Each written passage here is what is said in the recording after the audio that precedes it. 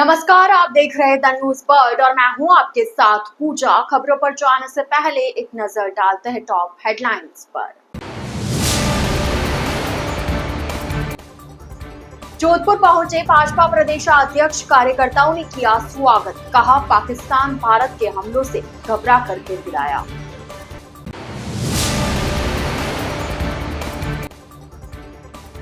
शिक्षा मंत्री दिलावर ने कहा पाकिस्तान की नापाक हरकत का कई गुना ताकत से दिया जाएगा जवाब।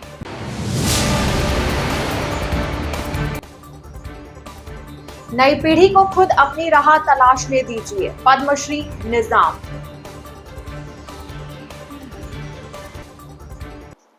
तो यह थी हेडलाइंस और अब खबरें विस्तार से। भारतीय जनता पार्टी के प्रदेश अध्यक्ष मदन राठौड़ ने कहा कि पाकिस्तान ने आतंकवाद को पैदा किया, आतंकवाद को प्रशिक्षण दिया और निर्दोष नागरिकों को मारा। इसलिए पाकिस्तान को सबक सिखाना जरूरी था। प्रधानमंत्री नरेंद्र मोदी के नेतृत्व में पाकिस्तान से आतंकवाद को मिटाने के लिए सैनिकों ने मुंह तोड़ जवाब दिया। भाजपा प्रदेश अध्यक्ष मदन राठौड़ मंगलवार सुबह जोधपुर के रायकाबाग स्टेशन पहुंचे। वे यहां से फलौदी के लिए रवाना हुए। इसी बीच उन्होंने पत्रकारों से बात की। उन्होंने कहा कि पाकिस्तान भारत के हमलों से घबराया और गिड़गिड़ाया। पाकिस्तान ने सेना से रिक्वेस्ट की, हम बात करना चाहते हैं, और सीज फायर का निर्णय लिया। उसके बाद भी पाकिस्तान ने सीज फायर तोड़ा, उसका भी सेना ने माकूल जवाब दिया। उन्होंने कहा कि अब हमारे नेता सीमांत क्षेत्रों में जा रहे हैं और सार संभाल लेने के साथ ही चर्चा भी करेंगे कि आगे भी किसी प्रकार की गतिविधि हो तो किस प्रकार से सावधान रहना है। उन्होंने कहा कि प्रधानमंत्री मोदी ने स्पष्ट कर दिया है कि या तो खून बहेगा या फिर पानी बहेगा, क्योंकि पाकिस्तान को जाने वाला पानी हमने क्लोजर लेना शुरू कर दिया है। उन्होंने कहा कि ऐसे मौके पर कांग्रेस को पता नहीं कैसे राजनीति करनी सूझती है। कांग्रेस ने पहले भी इसी कारण मार खाई है और अब फिर सेना के साहस को लेकर कांग्रेस के नेता गलत बयान दे रहे, जो ठीक बात नहीं है। सेना पर गर्व करना चाहिए। देखिए, पाकिस्तान ने आतंकवाद को पैदा किया, आतंकवादियों को प्रश्रय दिया, प्रशिक्षण दिया और निर्दोष नागरिकों की हत्या करने का जो कुकृत्य किया, उसका सबक सिखाना बहुत जरूरी है। और हमारी सेना ने और बखूबी सबक सिखाया है। उनके आतंकवाद के केंद्रों को नेस्तनाबूद किया, आतंकवादियों को धराशायी किया और एयर बेसेस को भी तोड़ा ताकि वो किसी भी प्रकार की आतंकवादी गतिविधि कर नहीं पाए। ऐसी स्थिति पैदा कर दी। फिर पाकिस्तान गिड़गिड़ाया। उसमें हिंदुस्तान की सेना के अधिकारियों से रिक्वेस्ट की कि हम बात करना चाहते हैं। फिर बातचीत हुई और सीज फायर का निर्णय हुआ। हालांकि पाकिस्तान अविश्वसनीय है, ये बात बिल्कुल सही है। कई बार पाकिस्तान ने सीज फायर तोड़ा है और आतंकवादी गतिविधियां करता रहा है, लेकिन इस बार उसकी रीढ़ तोड़ दी है। पूरा अच्छी तरह से सबक सिखाया और दुनिया में भी बेनकाब हो गया। पूरा हिंदुस्तान एकजुट रहा। हमारी सेना ने बहुत बहादुरी दिखाई और आतंकवाद का खात्मा करने में सफलता प्राप्त की। अभी हम लोग केवल इस सीमांत क्षेत्र में हमारे सभी नेता, सभी कार्यकर्ता अलग अलग क्षेत्रों में जा रहे हैं और जाकर के साल संभाल लेना, चर्चा करना, आगे किसी प्रकार की कैसी गतिविधि हो तो किस प्रकार से सावधान रहना, इसी निमित्त हम लोग प्रवास कर मौके पर इस प्रसंग पर राजनीति कतई नहीं करना चाहिए। कांग्रेस ने पहले भी मार इसी कारण से खाई कि जब सर्जिकल स्ट्राइक हुआ तो वो उन्होंने प्रश्न पूछना शुरू कर दिए। ये ठीक बात नहीं है। गर्व करना चाहिए और इसमें राजनीति करना नहीं चाहिए। राजस्थान के पंचायती राज एवं स्कूली शिक्षा मंत्री मदन दिलावर ने जोधपुर में ऑपरेशन सिंदूर को लेकर बड़ा बयान दिया। भाजपा मंत्री ने कहा कि भारत पाकिस्तान के बीच युद्ध विराम जरूर हुआ है, लेकिन ऑपरेशन सिंदूर खत्म नहीं हुआ।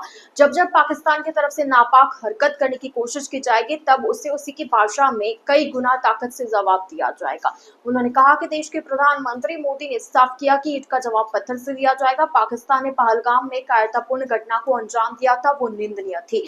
भारत ने ऑपरेशन सिंदूर के तहत उसका जवाब दिया। दुनिया भर में जितनी भी आतंकी घटनाएं होती है, उसमें से अधिकांश में पाकिस्तान का हाथ होता है। लेकिन पीएम मोदी ने कड़ा संदेश देते हुए कहा कि सभी देश एक साथ मिलकर दुनिया से आतंक का सफाया करके रहेंगे। मंत्री ने कहा कि पाकिस्तान नष्ट होना चाहता है, भारतीय सेना उससे उसके दोहरे मापदंड दिखाने के लिए नहीं छोड़ेगी। पाकिस्तान ने जो घटना की थी पहलगाम में, वो निंदनीय थी, कायरतापूर्ण हरकत थी और उसका बदला सिंदूर ऑपरेशन के तहत भारत ने पूरी तरह से लिया है। विश्व में कहीं भी आतंकवाद की घटना होती है तो अधिकांश में पाकिस्तान का हाथ होता है और माननीय मोदी जी जो देश के प्रधानमंत्री हैं जी, उन्होंने दिखा दिया है कि हम पूरी तरह से आतंकवाद के खिलाफ हैं और विश्व से आतंकवाद को मिटा के रहेंगे और इसमें सब देशों को साथ देना चाहिए। विराम नहीं, युद्ध विराम हुआ है, खत्म नहीं हुआ है। जब भी नापाक हरकतें करने की कोशिश की या की तो उसका जवाब पूरी ताकत से, कई गुना ताकत से बदला लिया जाएगा। अंतर्राष्ट्रीय ख्याति प्राप्त शायर, आलोचक और चिंतक पद्मश्री शिनकाफ निजाम ने कहा कि हमें अपनी नई पीढ़ी को उन पर जीवन में आगे बढ़ने के लिए स्वतंत्र सोच के साथ छूट देनी चाहिए। यह उद्गार उन्होंने महिला पीजी महाविद्यालय में आयोजित राज्य स्तरीय कला प्रदर्शनी एवं सम्मान समारोह में व्यक्त किए। उन्होंने कहा उन पर इंजीनियर, डॉक्टर या अन्य विकल्प थोपने की जगह उन्हें खुद अपनी राह तलाशने दीजिए। समारोह की अध्यक्षता वरिष्ठ पत्रकार राजेंद्र बोरा ने की। समारोह को मानवाधिकार आयोग के पूर्व अध्यक्ष जस्टिस गोपाल कृष्ण व्यास, वरिष्ठ फोटोग्राफर शिवजी जोशी एवं वरिष्ठ पत्रकार सुरेश व्यास ने भी संबोधित किया। सोसाइटी के अध्यक्ष रामजी व्यास ने बताया कि जोधपुर स्थापना दिवस के उपलक्ष्य में जोधाड़ा फोटो जर्नलिस्ट सोसाइटी व ईस्टर्न फाउंडेशन ऑफ आर्ट के सहयोग से राज्य स्तरीय कला प्रदर्शनी व विभिन्न क्षेत्रों में उल्लेखनीय कार्य करने वालों का सम्मान किया गया। इस मौके पर 13वीं अंतर्राष्ट्रीय फोटो प्रतियोगिता के नतीजे घोषित कर अवार्ड व चयनित फोटो का प्रदर्शन किया गया। पेंटिंग प्रतियोगिता में छात्र कला कैटेगरी में तेजस्विनी भाटी, अक्षता आचार्य, अमृत कंवर भाटी एवं प्रोफेशनल कैटेगरी में राजेंद्र मेहता, सीमांत वर्ग को पुरस्कार प्रदान किया गया। समारोह में उल्लेखनीय सेवाओं के लिए मनोज बोहरा को लाइफ टाइम अचीवमेंट पुरस्कार दिया गया। इसके अलावा चांदकोर जोशी, आनंद जोशी, प्रदीप्त किशोरदास, डॉक्टर आर.के. व्यास तथा हिंदू सेवा मंडल संस्था को सम्मानित किया गया। व्यास ने बताया कि जोधपुर स्थापना दिवस पर चित्रकला प्रदर्शनी आयोजित कर समस्त विजेताओं को पुरस्कार व प्रमाण पत्र प्रदान किए गए।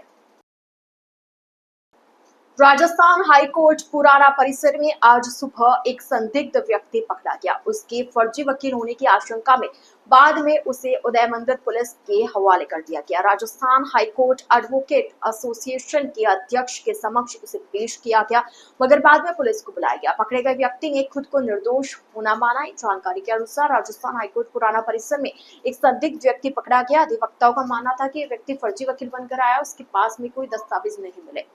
पूछताछ में उसने खुद का नाम भवानी शुक्ला होना बताया। इस बारे में राजस्थान हाईकोर्ट एडवोकेट एसोसिएशन के अध्यक्ष रत्नाराम टोलिया ने बताया कि पकड़े गए व्यक्ति को पुलिस के हवाले किया गया। इससे पहले भी कुड़ी क्षेत्र में एक फर्जी वकील के कार्यालय का पता लगा था, जो आदमी आज भी सलाखों के पीछे है। आज पकड़ा गया व्यक्ति भी फर्जी वकील है। उदय मंदिर पुलिस ने बताया कि पकड़े गए व्यक्ति से पड़ताल की जा रही है। फिलहाल केस दर्ज नहीं किया गया है। उसे शांति भंग में गिरफ्तार कर पाबंद करवाया जा रहा है। मेरा सिर्फ ड्राफ्टिंग का डॉक्यूमेंट्स का काम है, सारा चीज़ वाली चला, मेरा कोई दूसरा काम नहीं है। ऐसे चालान का हो, चाहे चीज़ छोटे बड़े चीज़ें, सारे काम है मेरे। और दूसरा मेरा कोई किसी दायरे के अंदर मेरा काम नहीं है। आपसी अदावत निकालने के लिए, जबकि मैं मेरे आने से आते फादर साहब के जिससे मैं जाती थी, उस समय मेरे डॉक्यूमेंट्स इधर गुम हो चुके थे और वापस डॉक्यूमेंट्स मिले नहीं। और मैं खुद इधर, मेरे फादर साहब की डेथ हो चुकी थी। उसी के बाद ही ना, उसके बाद अब 23 फरवरी के बाद मेरे डॉक्यूमेंट्स इधर सर हो चुके हैं और आपस में ज़्यादा परेशानी पर उतर हो चुके हैं। उसके अंदर एफआईआर नहीं हुआ, वो किसी अदालत के अंदर एफआईआर नहीं हुआ हूँ, न की, और न मैंने सिर्फ कोई दावा वगैरह मैंने पेश किया। और ये सब जानबूझ के अदालत निकालने के लिए सब इन्होंने सीधी बात ग्रुप बना के और मेरे को परेशान करने पर उतर हुए।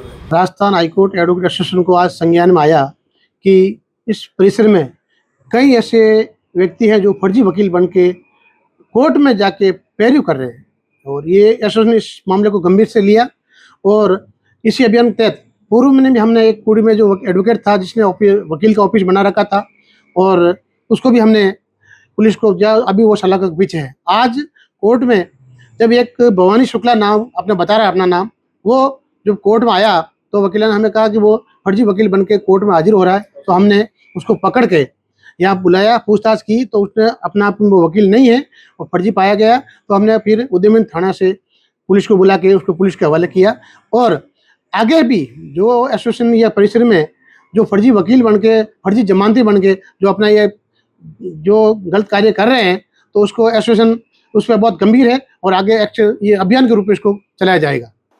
माताजी भक्ति सागर ग्रुप की ओर से गत 12 वर्षों से सेवा कार्य निरंतर जारी है, जिसके तहत गोल बिल्डिंग चौराहा स्थित श्री जबरेश्वर महादेव मंदिर में मंदिर सेवक पंडित ब्रजमोहन बोरा के सानिध्य में दानदाताओं के सहयोग से जरूरतमंद विवाह योग्य 8 कन्याओं का शगुन कार्यक्रम आयोजित हुआ। प्रमुख संरक्षक संतोष प्रेम राठी ने बताया कि कार्यक्रम के दौरान कन्याओं को मेहंदी लगाई गई। महिलाओं ने कन्याओं का लाड़कोड़ करते हुए मंगल गीत गाया और नृत्य किया। कन्याओं को चुनरी उड़ाकर सुखमय दाम्पत्य जीवन यापन के लिए जरूरतमंद घरेलू सामान व उपहार भेंट किए गए। ग्रुप की अध्यक्ष मीना परिहार ने बताया कि शगुन कार्यक्रम के दौरान 251 कन्याओं को जरूरतमंद सामान दिए जाने के लक्ष्य के तहत अब तक 187 कन्याओं को विवाह योग्य सामान व 66 प्रसूतियों को जापे के सामान भेंट किए जा चुके हैं।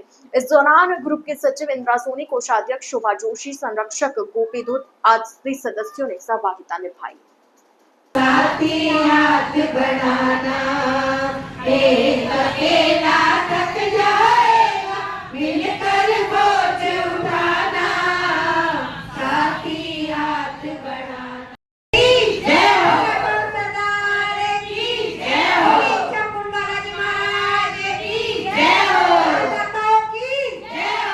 माताजी भक्ति सागर के ग्रुप के तत्वाधान में आज असहाय 187 कन्याओं का कार्य संपूर्ण किया गया।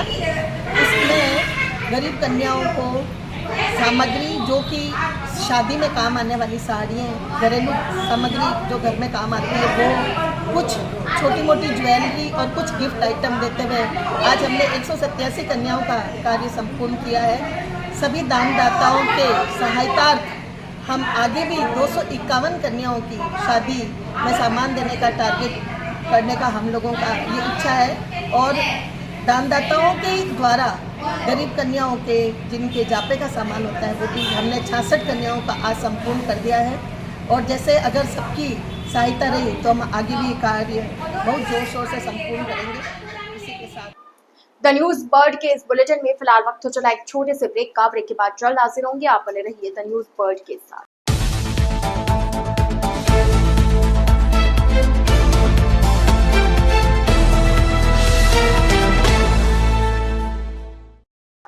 ब्रेक के बाद आपका स्वागत है। राजस्थान पुलिस की एसडीआरएफ टीम की ओर से करवड़ स्थित राष्ट्रीय फैशन डिजाइनिंग कॉलेज जोधपुर में मंगलवार को वर्तमान हालत को देखते हुए आपात स्थिति या किसी भी घटना या दुर्घटना में घायल मानव जीवन को बचाने के लिए प्राथमिक उपचार, flood rescue, CPR, gas cylinder से लगने वाली आग व प्राकृतिक एवं मानव जनित आपदाओं को लेकर निफ्ट में विशेष प्रशिक्षण का आयोजन किया गया। एसडीआरएफ के कमांडेंट राजेंद्र सिंह सिसोदिया ने इसमें बताया कि एसडीआरएफ की सब इंस्पेक्टर आदित्य बेनीवाल के नेतृत्व में एसडीआरएफ टीम द्वारा डेमोन्स्ट्रेशन के माध्यम से मानव जीवन बचाने व आपदा प्रबंधन से संबंधित जानकारी दी गई। इस अवसर पर राष्ट्रीय फैशन डिजाइनिंग कॉलेज के डायरेक्टर, स्टाफ, सिक्योरिटी गार्ड एवं स्टूडेंट मौजूद थे। एसडीआरएफ टीम से head constable Bhagirath Ram, constable Dalpat Singh Kanuria, Shyam Choyal द्वारा प्रशिक्षण दिया गया।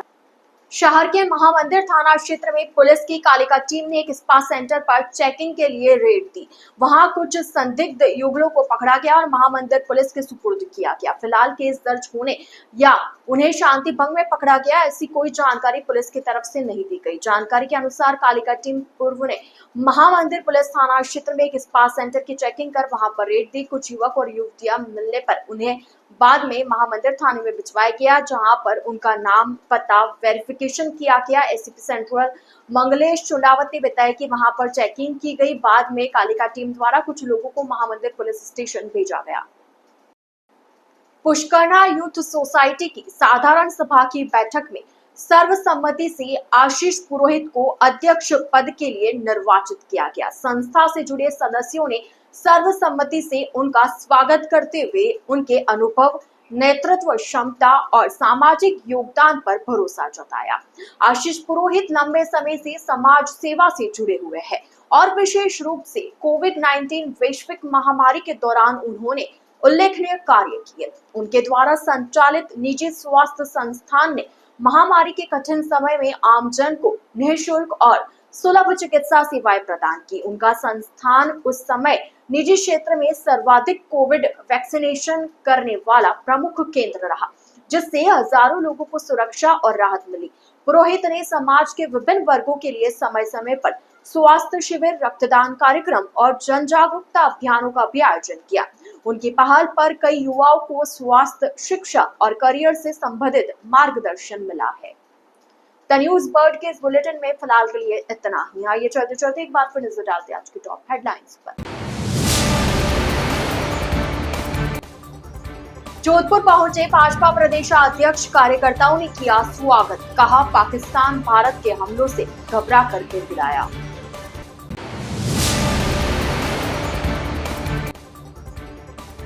शिक्षा मंत्री दिलावर ने कहा पाकिस्तान की नापाक हरकत का कई गुना ताकत से दिया जाएगा जवाब।